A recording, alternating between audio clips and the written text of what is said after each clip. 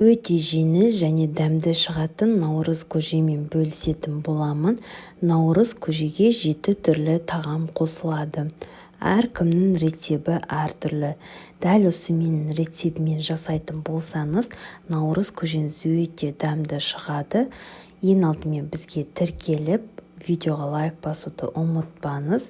Біріншіден ет пен қазыны жақсылап жуып алып, 2 сағаттайға пісіруге қойып қоямыз. Енді біз арпа, бидай және күрішімізді жақсылап жуып аламыз да, бұны да 2 сағатқа бұқтыруға қойып қоямыз.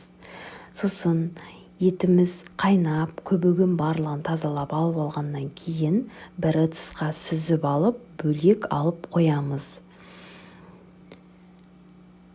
Енді біз сорпамызды тағы да біраз қайнатып жіберіп, үстіне жәнегі арпамызды, бидайымызды қосып 40 минуттайға қойып қоямыз. Ортасына таман күрішімізді қосамыз. Өйткені күрішіміз жылдам пысады, сондықтан ортасына таман қосамыз. Енді үшеуін жақсылап отырып араластырып, осылардың пысқанын күтетін боламыз.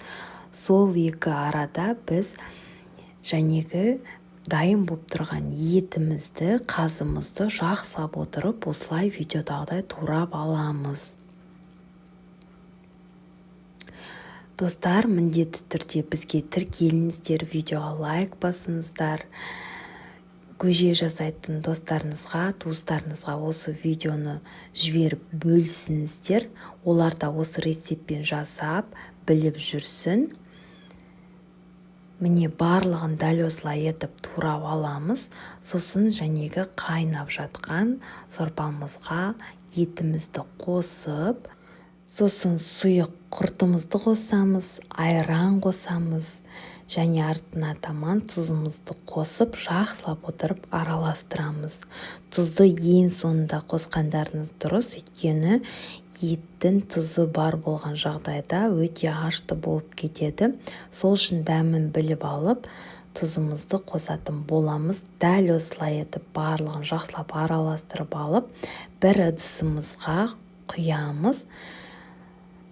Міне осылайынан дайын болған наурыз көжемізді ұсынатын боламыз. Өте дәмді және тез арада дайын болады. Сізде дәл осы рецепт бойынша жасап көріңіз. Рецебін міндетті түрде описанияға қалдырамын. Жасап болғаннан кейін комментарийға өз ойларыңызды бөлісіңіздер. Ал сәттілік сіздерге.